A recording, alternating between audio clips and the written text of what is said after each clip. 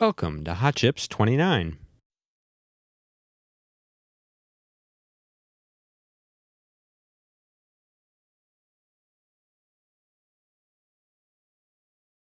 Keynote 2. Recent advances in artificial intelligence via machine learning and the implications for computer system design.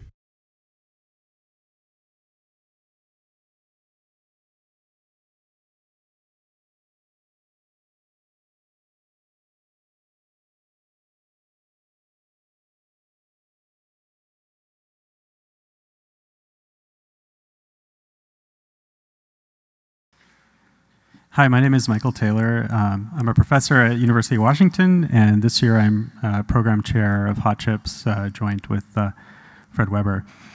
Today's keynote speaker is Jeff Dean. He received his PhD from UW in 1996, worked at DEC WRL, and then joined Google a few years later.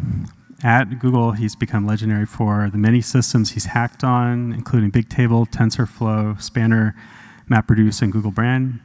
Many of these systems have become highly influential in both in the literature and in industry. He's a member of the NAE and an ACM fellow among his many honors. In looking on the internet, I found a really interesting quantum entanglement between Chuck Norris and Jeff Dean, and I encourage you offline to look up some of these interesting facts about Jeff Dean, including his ability to change the speed of light. Without further ado. Thank you very much. So unfortunately, I'm all that's standing between you and lunch. So I'm going to go over these slides. We're also running a little late, so I may, towards the latter part of the talk, go quickly through some material.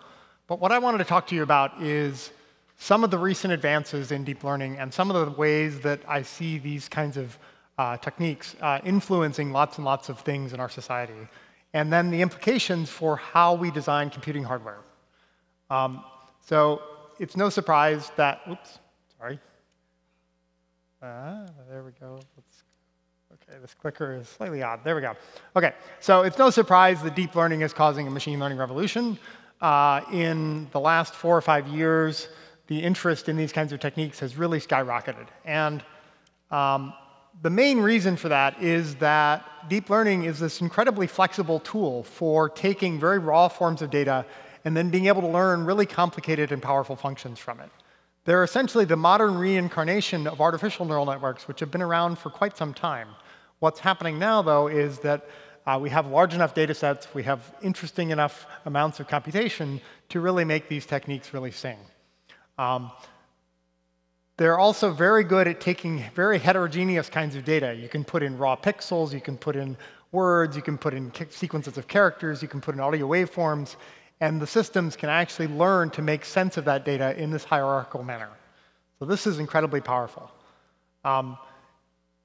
Just to make sure everyone's on the same page, let's talk about how these models are actually trained. So there's 2 stages of neural nets. One is you want to train the model to learn to approximate some complex function, and then you want to deploy the system to actually use it at runtime, often in the critical path of some user service. What I'm going to be talking about mostly in this talk is the training aspect, because that's the part where you have very large data sets, you have huge amounts of compute that you need to apply to these models. So the way to think about training is you have a model that's hierarchical like this, and you put in some raw data, like this image on the left, and you propagate it up through the network. And you make some prediction. In this case, we're trying to predict cat or dog, but you can predict much more complicated things. And then you see if you're correct. And if you're correct, you're done. If you're incorrect, then you compute a gradient, essentially adjustments to the parameters of the model. So think of these as small adjustments you want to make to lots and lots of floating point values throughout the model in order to make the model more likely to give you the correct answer next time you see that image, or more importantly, a similar image. Because the whole point of neural nets is that you want to be able to generalize to completely new data you've never seen before and make interesting predictions. So what kinds of things can a neural net do? So first, it can take in pixels and make a prediction of what is in that image. And it's not just cats or dogs, but it could be one of 20,000 different categories. Is that a lion? It can take in, I think I'm having trouble because the desk is blocking the USB thing. So I'm just going to move that a bit. right there.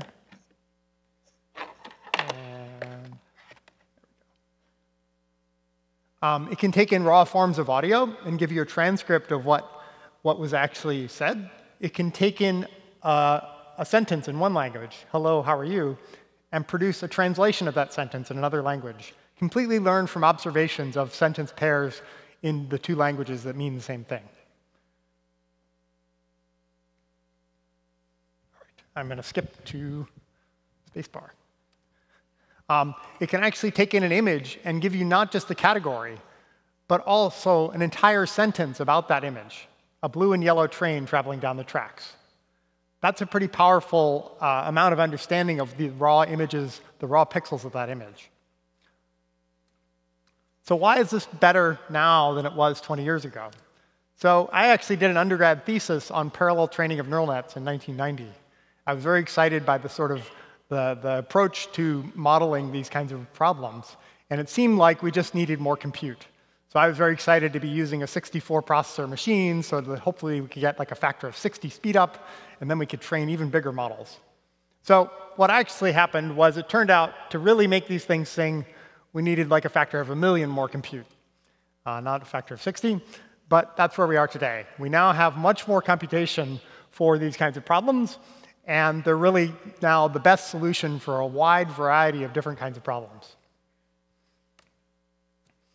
Just in image problems alone, the improvement in the last 5 years has been dramatic. So this is results from the Imagenet challenge, where in 2011, the winner got a 26% error rate. And they were not using neural nets at that time.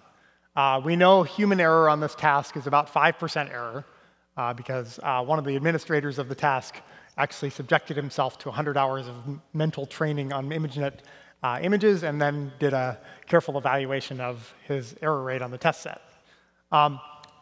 We're now at the point where computers are much better than humans at this task. 3% error in 2016. So we've gone from basically not being able to see to now we can actually see with computers. And this is hugely transformative. So in 2008, the National Academy of Engineering put out this list of grand challenges for the 21st century. And I think it's a pretty good list. It's like a lot of stuff that would improve, our society and our lives and our planet. And I think actually machine learning is going to impact all of these kinds of tasks. But I'm going to talk about a few of these where I think machine learning is really being impactful today. So first, let's talk about urban infrastructure. So one of the most transformative things we could do as a society is develop self-driving cars. And machine learning and deep learning in particular are incredibly important for the perceptual systems of these cars. You essentially have all these sensors. You have LiDAR data, you have cameras, you have radar perhaps, and you're trying to integrate all this into an understanding of the world around you. You want to essentially build a model like this of what the different objects are in the space around you, what their likely trajectories are, what actions you should take. And this is incredibly difficult, but machine learning is what is going to make this possible. And that will be very transformative for urban environments. You won't need parking lots, you won't need parking garages, lots of different kinds of changes. Another one of the challenges is advancing health informatics. So we've been doing work in this area in our group for a little while, and one of the first problems we decided to tackle was a disease called diabetic retinopathy, where you essentially get a retinal image or two retinal images like this, and you try to make a prediction of, does this patient exhibit symptoms of diabetic retinopathy, 1, 2, 3, 4, or 5. This is a hugely important problem because there's about 400 million people at risk of this throughout the world. And if you catch this disease in time, it's very treatable, but if you don't, then blindness can result. So if you ask two ophthalmologists to grade the same image, they agree on the number 1, 2, 3, 4, or 5, 60% of the time. And if you ask the same ophthalmologist a few hours later to grade the same image, they agree with themselves 65% of the time. So it's a pretty hard problem. And really, the difference between a 2 and a 3 is kind of these hard to interpret dark spots. How bad do those look? That kind of thing. We actually collected a data set by getting about 150,000 images and getting each one of them labeled by 7 ophthalmologists. to reduce the variance in the estimates. 5 of them say it's a 2, and 2 of them say it's a 3. It's probably more like a 2. And we now actually have a model that is better than the median board-certified ophthalmologist at doing this task. And so we think that's like one example of many where machine learning is going to be very impactful. And essentially, it's because vision now works. You can think of all kinds of uses in the world for vision working. We're doing some follow-on work in the domain of pathology, where we have a model that is better than a pathologist at doing tumor localization. There's some very nice work from the Karolinska Institute in Sweden on essentially doing assessment of radiology images. Another of the grand challenges is to engineer better medicines. And actually, a lot of them are actually related to this notion of understanding chemical compounds. And so one of the ways that machine learning can help is the way that you typically model properties of molecules in a sort of a computational chemistry environment is you have some molecule that you're interested in, and then you use a very computationally intensive simulator in order to approximate the true properties of these molecules. And then you can learn a bunch of things about the configurations of those molecules over time, at very short time steps. So you get a bunch of properties of the molecules. You can figure out if it's toxic or not. Does it bind to this other kind of thing? And that uses a computationally intensive simulator called the density functional theory simulator. Takes several thousand seconds to run one of these simulations. So you're kind of limited in how many of these explorations you can do. Now, it turns out that you can actually use the simulator as training data for a neural net. So essentially, you're trying to learn the behavior of the simulator from observations of inputs and outputs to the simulator, or to the DFT simulator. And what you end up with is a simulator that can actually produce state-of-the-art results in predicting the outputs of these expensive chemistry calculations, but it's 300,000 times faster. And you can imagine that's very transformative if you're a computational chemist, because all of a sudden, you can screen 10 million things and take the 10,000 that are most interesting to you and then explore them in more depth. Whereas before, that would be sort of intractable. Another area that's important for one of the grand challenges is to reverse engineer the brain. And some of my colleagues at Google Research have been doing a lot of work in this area. So the idea with connectomics is we actually don't even understand the static connectivity of the brain, let alone how it actually functions in a temporal basis. So one of the first things we'd like to be able to do is to take neural tissue and understand how it's connected. And so we've been, the way you do this is you take brain tissue, you slice it very thinly, you use electron microscopes to get very high-resolution images of it, and now you have this stack of slices, and you want to then reconstruct, where were the actual neurons in this three-dimensional cube of tissue that you've now sliced. And one of the metrics you can use for how well you're doing that is how long do you go in sort of micrometers of neural tissue before you make an error. And what you can see is that the work at Google has been improving quite a lot in this metric. So this is a log scale. And so there's been about a factor of 1,000 improvement in the last year and a half. And a lot of that comes, and you can see the red dots show various sizes of different organisms and how much neural tissue they have on this scale. And one of the techniques they used is pretty computationally intensive. It's a technique called flood-filling networks, where you essentially take an image, you make a prediction of what part of that image is sort of part of some piece of tissue, and then you use the raw input data plus the prediction you just made to now go to the next most likely piece of connected tissue. And so you essentially do this inference based on all your previous predictions plus the raw data. And you can see it kind of jumping around between areas where it's pretty sure, and then it gets less sure, and so it jumps off to some other area and does this. And you can do this in 2 dimensions, but you can also do it in 3 dimensions, where it looks pretty cool.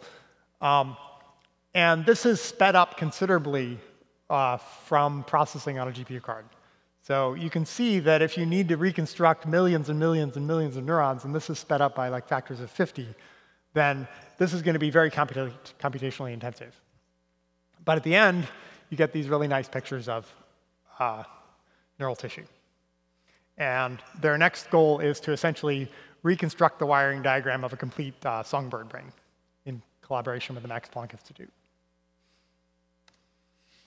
But what I mostly want to talk to you today about is engineering the tools for scientific discovery. And really, machine learning is going to be a key component of scientific discovery in many of these other domains. So one of the things our group has been doing over the past few years is we've been developing software systems for allowing us to explore machine learning research ideas. And one of the systems we've developed, the second one actually, is a system called TensorFlow, which has been open sourced for about 1.5 years now, almost a little more, and that we've released to the outside community as well under an Apache 2.0 license, which means people can take it and use it in whatever way they choose, pretty much. And the goal for open sourcing TensorFlow and developing TensorFlow was we wanted to have this common platform for expressing machine learning ideas and systems in a way that we could share around the world with other machine learning researchers. We want to open source it so that not just people within Google, but everyone expresses a lot of their machine learning work using TensorFlow. And then we work to make that platform the best in the world for both production use as well as research use. And those have somewhat different needs that I'll talk about. So this is a graph showing GitHub stars of different machine learning packages. And you can think of GitHub stars as a metric of interest in those repositories. And so we've had a relatively good adoption rate in the past 1.5 years, and continue to grow. And it's been pretty rewarding to have this really large community now crop up. We have about 800 non-Google contributors to TensorFlow codebase, 21,000 commits in 21 months, lots and lots of community-created tutorials. People have translated the textual documentation into a whole variety of different languages.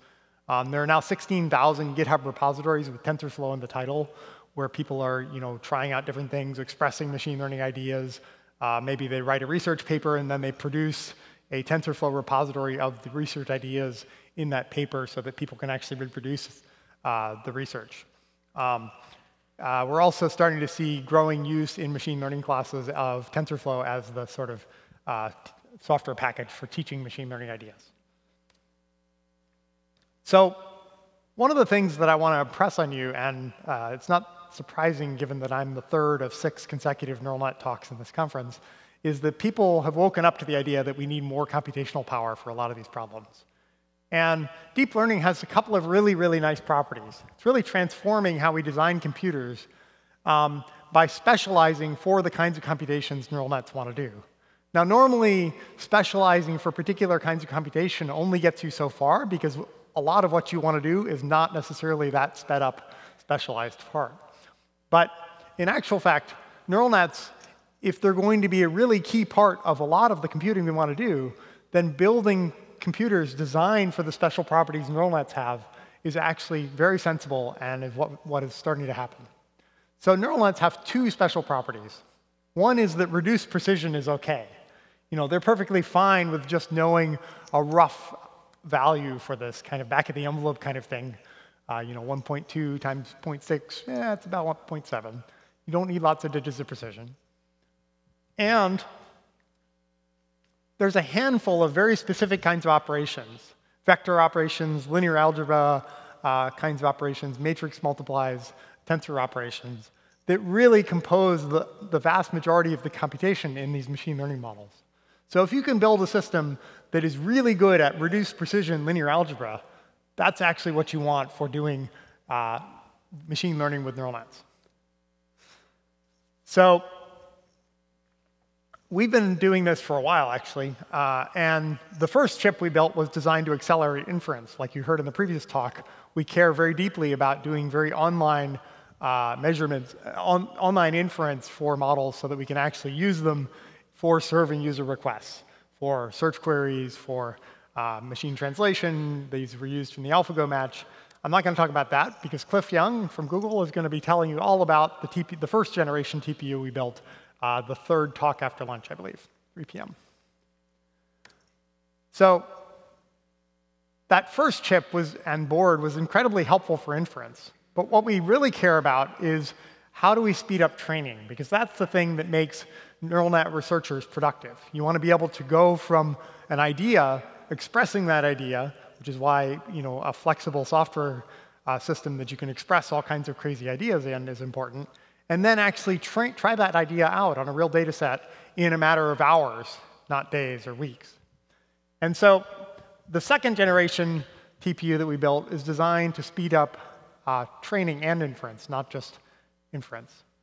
And so that's this device, the TPU, Tensor Processing Unit.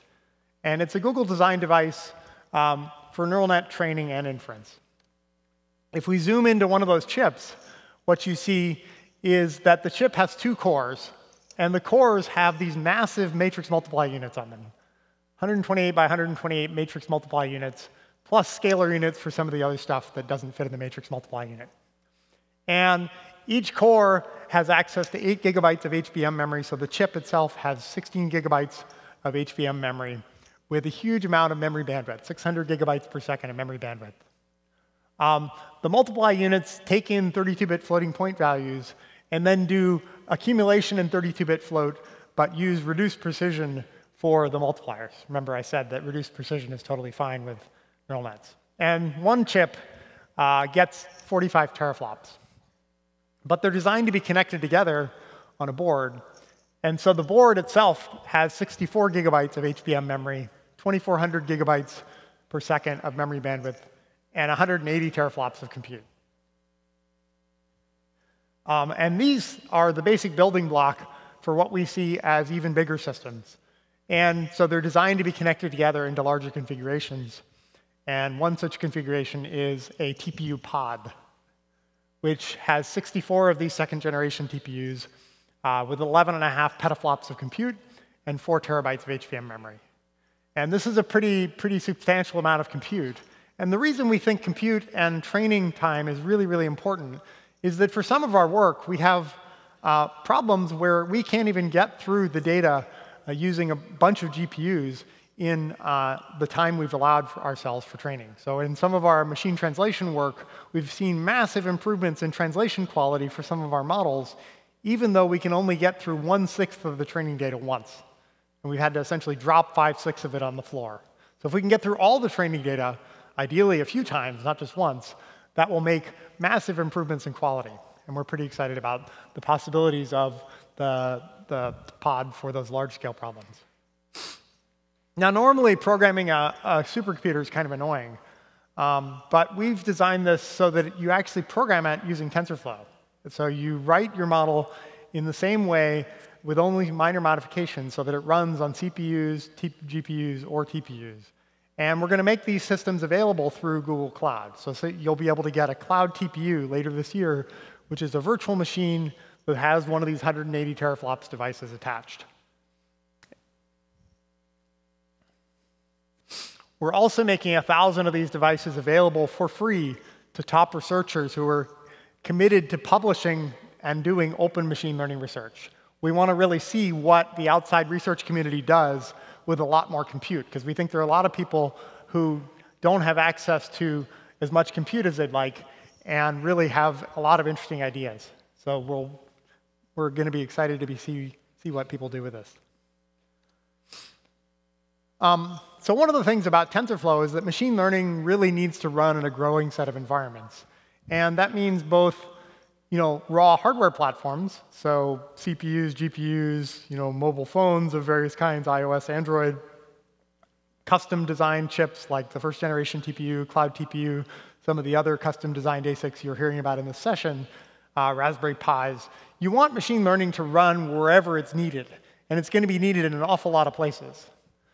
You also want the system to be usable from a variety of different higher-level software platforms. So TensorFlow has probably the most fully developed interfaces are the Python API and the C++ API, but there have been a bunch of other APIs added over time, both by ourselves and by external contributors. And so this ecosystem is really building a platform that can run on a whole variety of devices and also can be accessed from a whole variety of different computing environments and languages. And we think that's pretty important.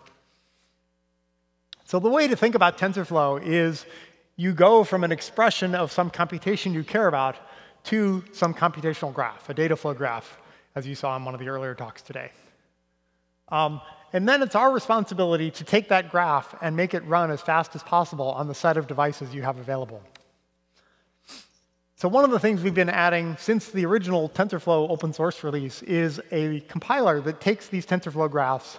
The compiler is called XLA, for Accelerated Linear Algebra, and then can take those graphs and generate optimized code for whatever set of devices that you're running on, be it CPUs, GPUs, TPUs.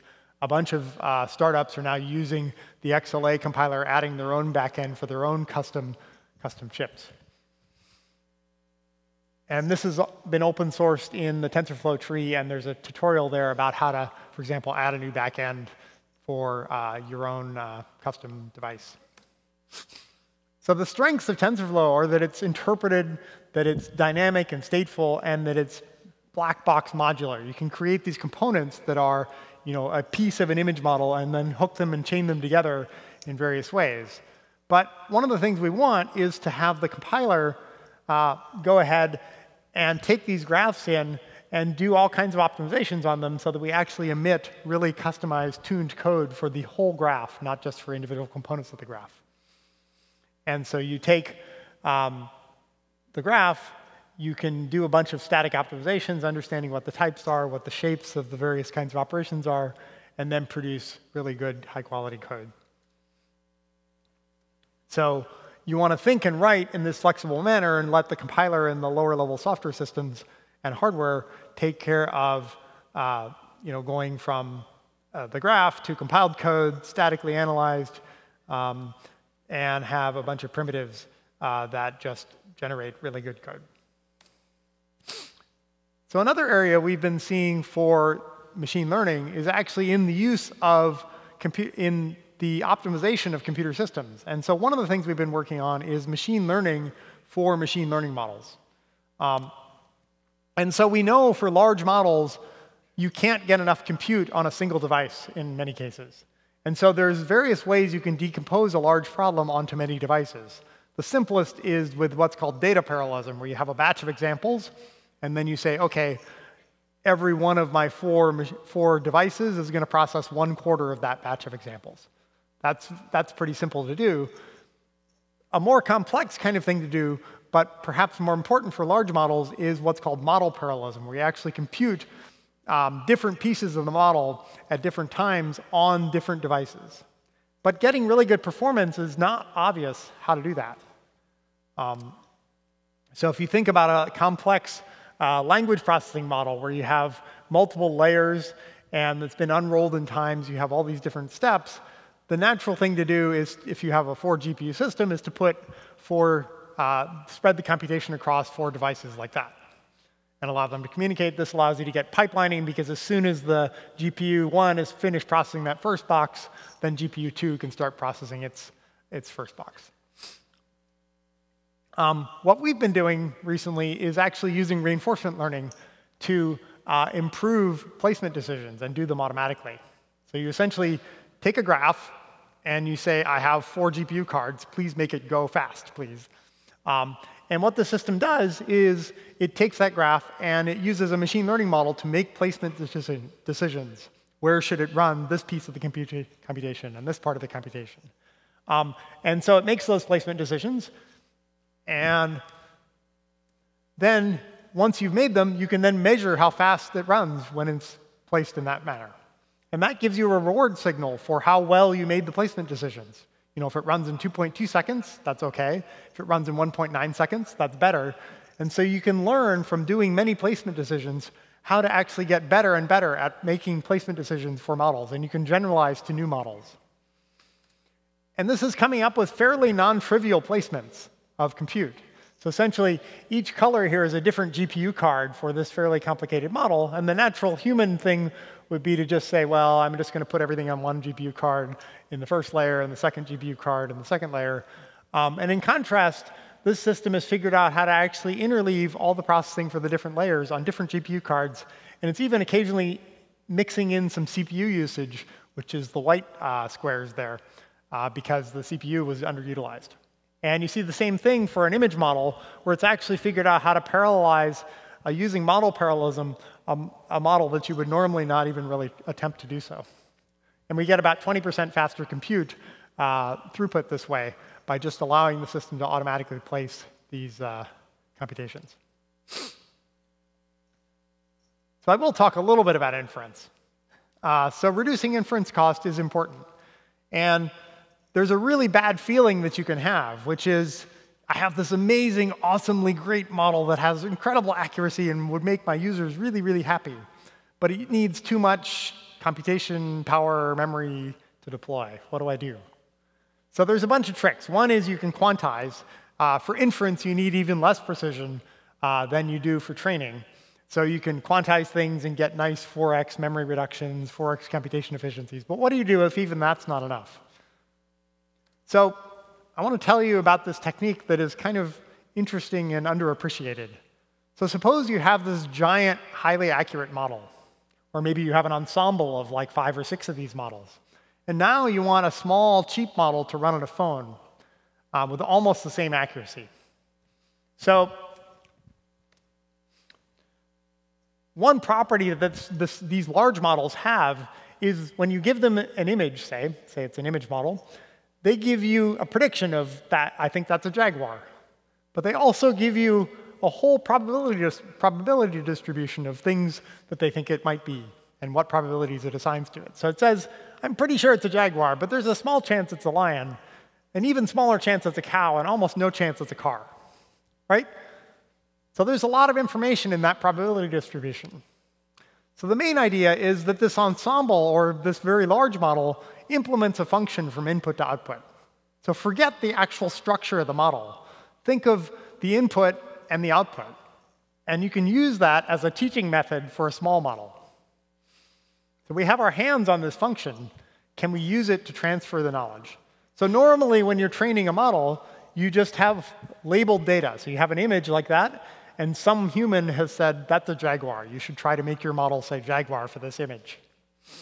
But it turns out, if you also have this other model, you have this nice probability distribution that gives you more information than just that's a jaguar. So we can actually take that ensemble. We can divide the probabilities here, the logits, by a temperature. So we actually can increase the less common things a bit. So we get a bit more resolution on these things, where we now might say, OK, it's a jaguar, it might be a lion, probably not a cow, definitely not a car. And we can use that. And this full distribution conveys a ton of information about that image.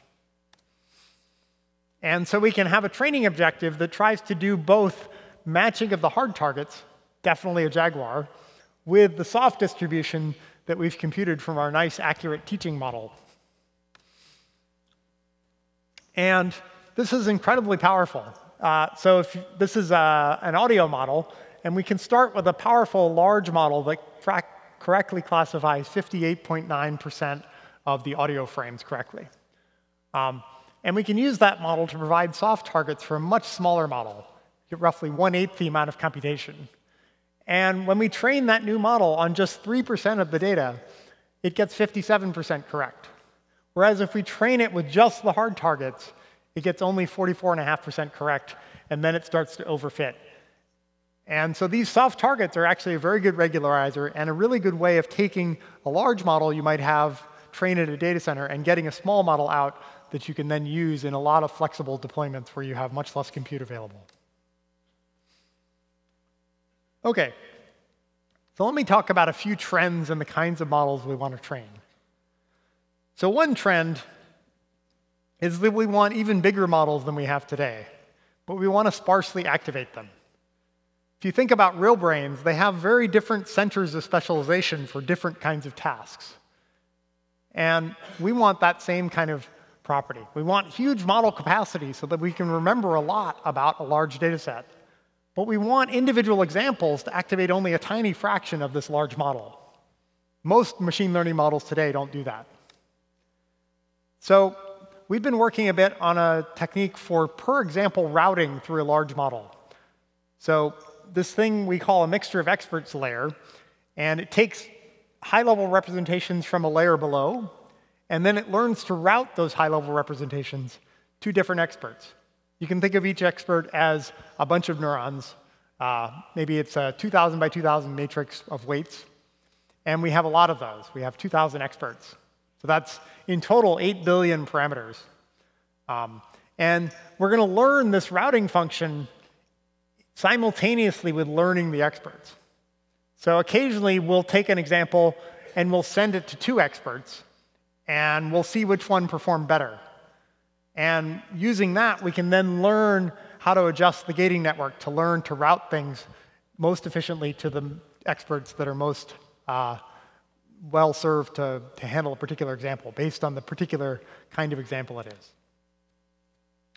And this actually works quite well. So this is an analysis of how well this works for a language translation model. On the bottom row is Google's production language translation model that we've just rolled out and had huge accuracy improvements over the previous system. So it's a very strong baseline in the bottom row. And the top row is that model augmented with this mixture of experts approach. And because we have so much more capacity in the mixture of experts layers, we're actually able to shrink the other computational layers. So we have less compute overall per example in this model. And so the last 4 columns here are the important ones to look at. The first is the test BLUE score. BLUE is a measure of translation quality, and higher numbers are better. So we actually get about a 1-point improvement in BLUE score, which is a quite significant improvement in translation quality. And we're using about half the amount of computation per word. So it's roughly half as computationally expensive. So the downside is that it has a huge number of parameters relative to the baseline, because we now have these 8 billion other parameters in our sparsely activated little expertise centers. But the training time, because the computation per word is so low, is quite a bit lower. So 1 day on 64 K40 GPU cards instead of 6 days on 96 K80 GPU cards. So it's about a factor of 10 improvement in training time and training resources and improvements in accuracy. So that's an example of something that I think is going to be a trend where you actually want more and more very large models that are sparsely activated. Another thing we're quite excited about and is incredibly computationally intensive is automated machine learning, essentially learning to learn. So the current way you solve machine learning problems is you have some data, you have some computation, perhaps with CPUs or GPUs or custom TPUs, and then you put a human machine learning expert together with that data and computation, and together they assemble a solution that gives you an answer to your problem. The expert will say, you should train a 9-layer model, it should have this kind of shape, you should use this kind of learning rate, this kind of optimizer. And what we'd like to be able to do is to turn this into something where we use data and a lot more computation, but then we don't need the human machine learning expert to tell us exactly what structure model to use, exactly what learning rate, exactly what optimization update rule to use. And the reason we want to do this is machine learning experts are in incredibly short supply. And if you think about the set of problems in the world that should be using machine learning, there's probably millions of organizations in the world that actually have data in electronic form that could be used for machine learning already today. But there's probably only thousands of organizations that have hired the right kind of people that can actually generate effective machine learning solutions. So we want to go from thousands of organizations solving machine learning problems to millions.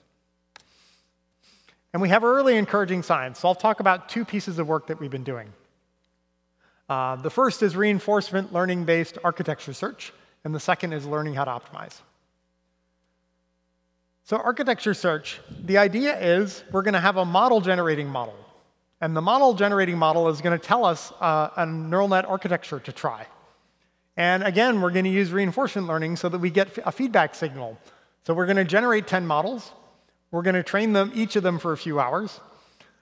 And we're going to use the loss, the accuracy of the generated models, as a reinforcement learning signal so that we learn to steer away from model architectures that seem to not do very well and towards ones that seem to do better. So the first thing you notice, here's the best architecture it came up with for a small problem called CFAR 10, which is an image recognition task with 10 categories of images with very small color resolution photographs. Things like car, plane, truck, horse. And what you see is this problem has been pretty well studied. So all but the last 4 lines are human-generated machine learning solutions to this problem. And the far right column is error rate, which you want to go down. And you can see over time, machine learning experts have been improving their performance on this problem. And the last 4 lines are neural architecture search, where we haven't told the model, the system, what architecture to use. It's just found architectures that are effective for this problem. And so you see that the best model on the bottom row is basically the same as the state of the art in accuracy, virtually indistinguishable. But the connectivity structure it has is pretty interesting, right? A human probably would not have designed that structure.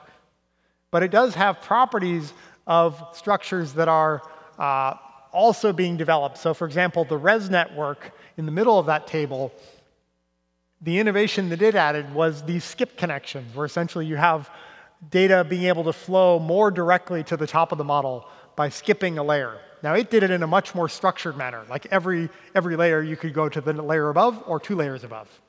But here, we just added these skip connections in this kind of learned way, and that worked nearly as well. It also works on language modeling tasks. So the way you model sequences is usually with an LSTM cell, which is what you see at the top here, the structure of which is composed of a bunch of these primitive operations combined together in this particular way. We just gave the same set of primitives to the architecture search system and said, please design us a cell that's good at this particular task. And here, we're doing a language modeling task. That's the cell it came up with. And it's actually better than state of the art on this particular problem. The right column is perplexity, and lower is actually better. And we can actually scale this approach up to Imagenet, barely. So we actually didn't do full architecture search over the entire space. What we did is say, design us a cell, and then for Imagenet, we're going to repeat that cell a certain number of times.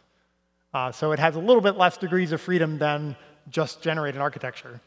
But what you see here are black dots showing a graph of accuracy and amount of compute for each of these models. So generally, more compute will give you a more accurate model. And so all the black dots are human-designed, machine learning expert-generated models. And the important thing to note here is that the red dots are the automated machine learning, reinforcement learning-based architecture search. And they're all better than the comparable things. So at the high accuracy level, high amount of compute, it's better than any of these results here. And at the low accuracy level, the low amount of compute level, so for something like a mobile phone, we actually get a pretty significant improvement in quality, from like 70-something to almost 74% accuracy improvement. So we're pretty excited about that.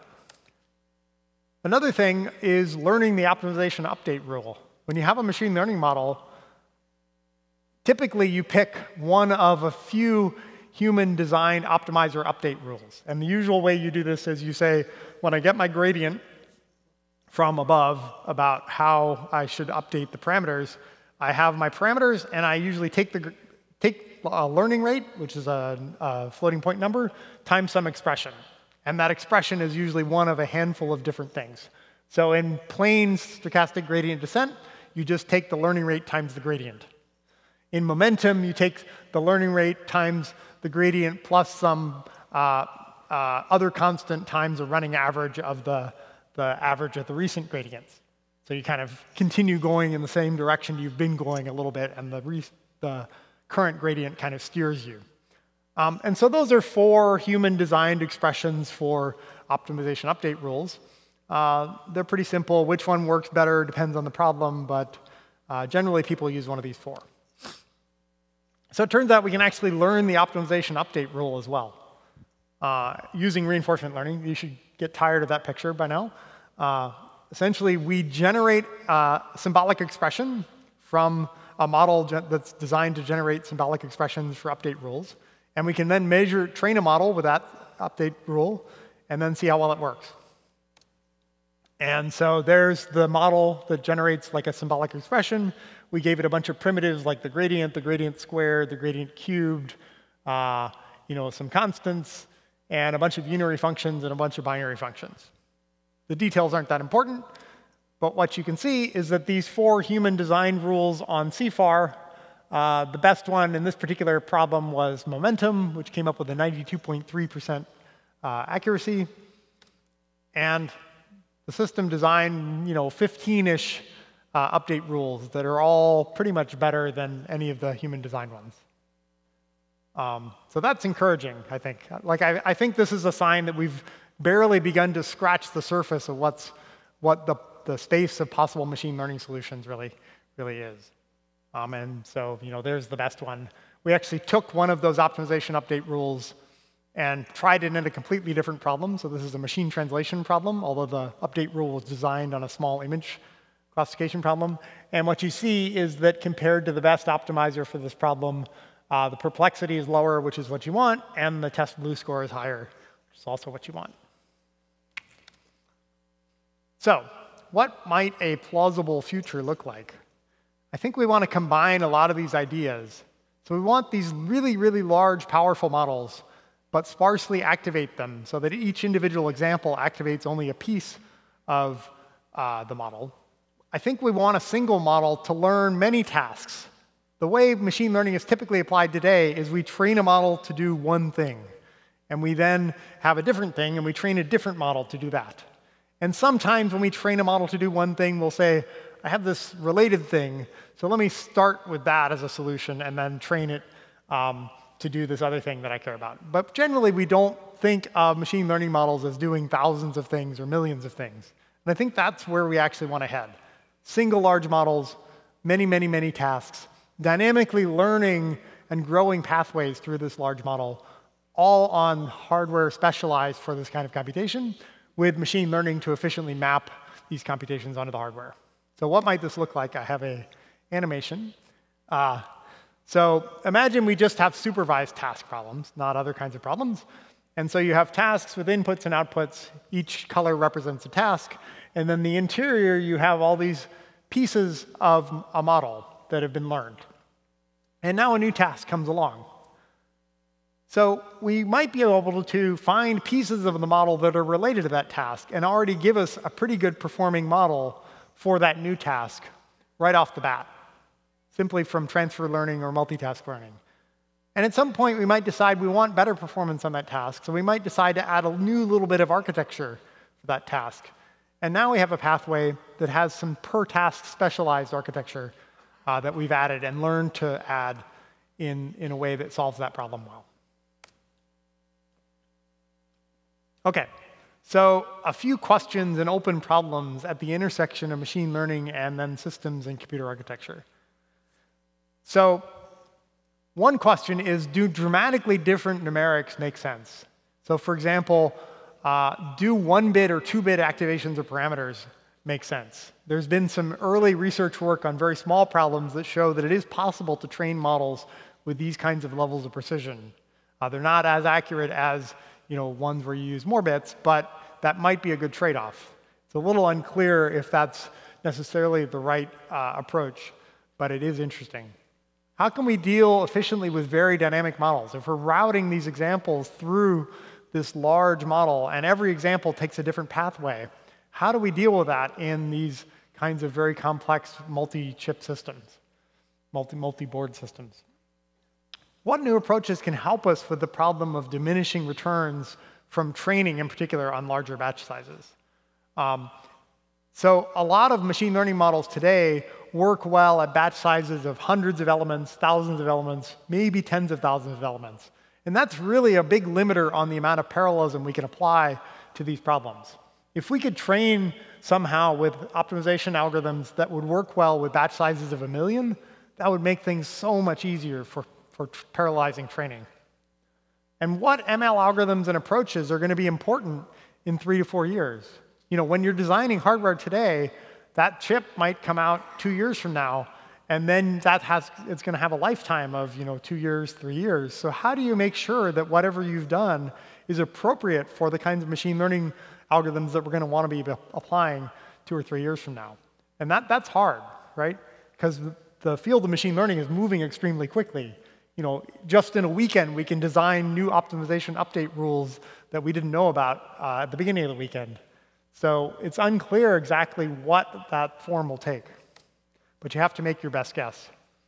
But I'm pretty convinced that if we have the current state and we can apply more compute and apply more sophisticated algorithms and build more and more interesting systems, we're going to end up in a pretty good state. So I hope I've convinced you, and maybe you're already convinced, that deep neural nets are making a really big difference in a lot of problems that have traditionally been quite hard for computers. Things like vision, speech recognition, language understanding. And they're starting to percolate into areas where those kinds of capabilities make a big difference as well. Things like search, robotics, healthcare. And they're dramatically reshaping the kinds of computational devices we want. We want essentially accelerated low-precision linear algebra machines. And so if you're thinking about designing hardware, you should be thinking about how neural nets might be used on that hardware.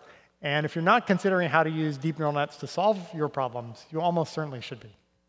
So with that, I will take questions. You can find more information about the work of our group at our website, and I'll take any questions. Thank you.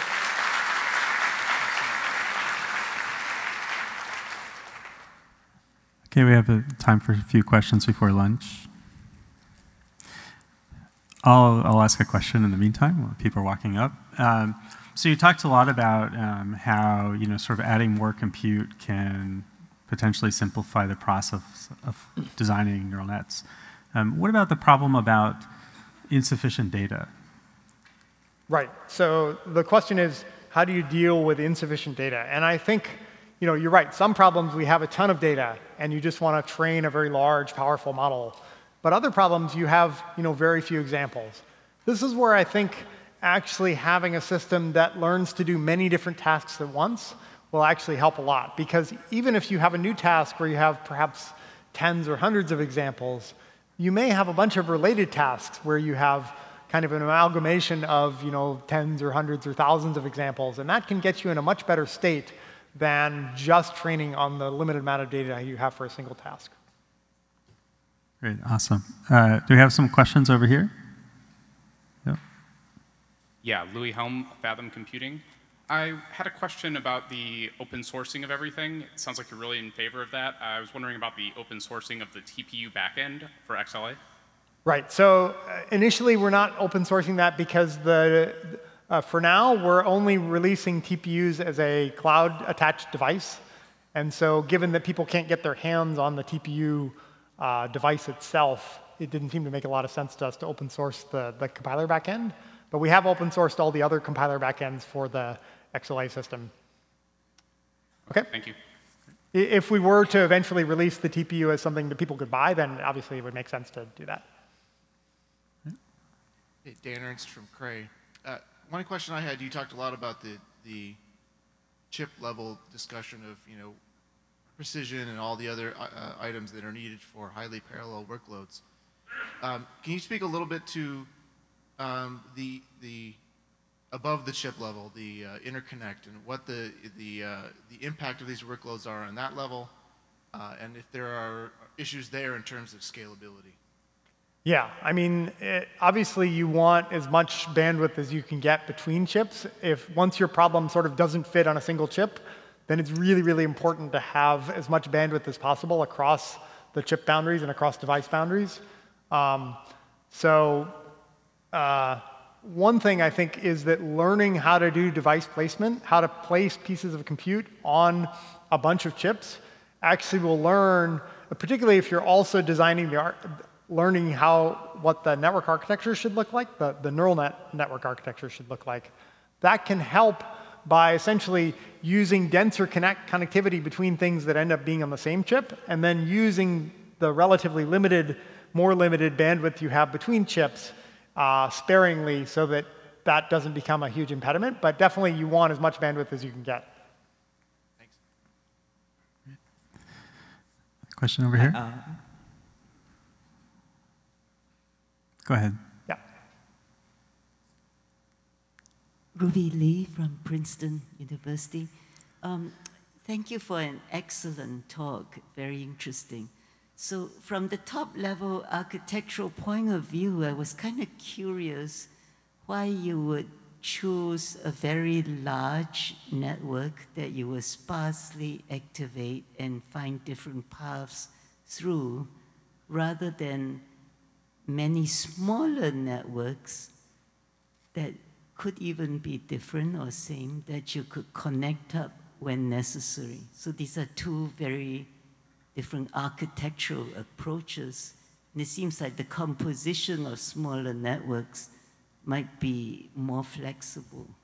Right. If you go back to that picture, each one of those little boxes in that sort of cloudy bubble thing, I was thinking of as a small network architecture for like a component of a neural net model. And so it actually is along the lines of what you're suggesting, where you have these different components, each of which might be some small amount of dense compute that are then connected together. So you compute, you take in some features, you compute some transformation of those features to compute new features, and those get routed off through some pathway for a particular task. And for a different task, they might go through a different pathway.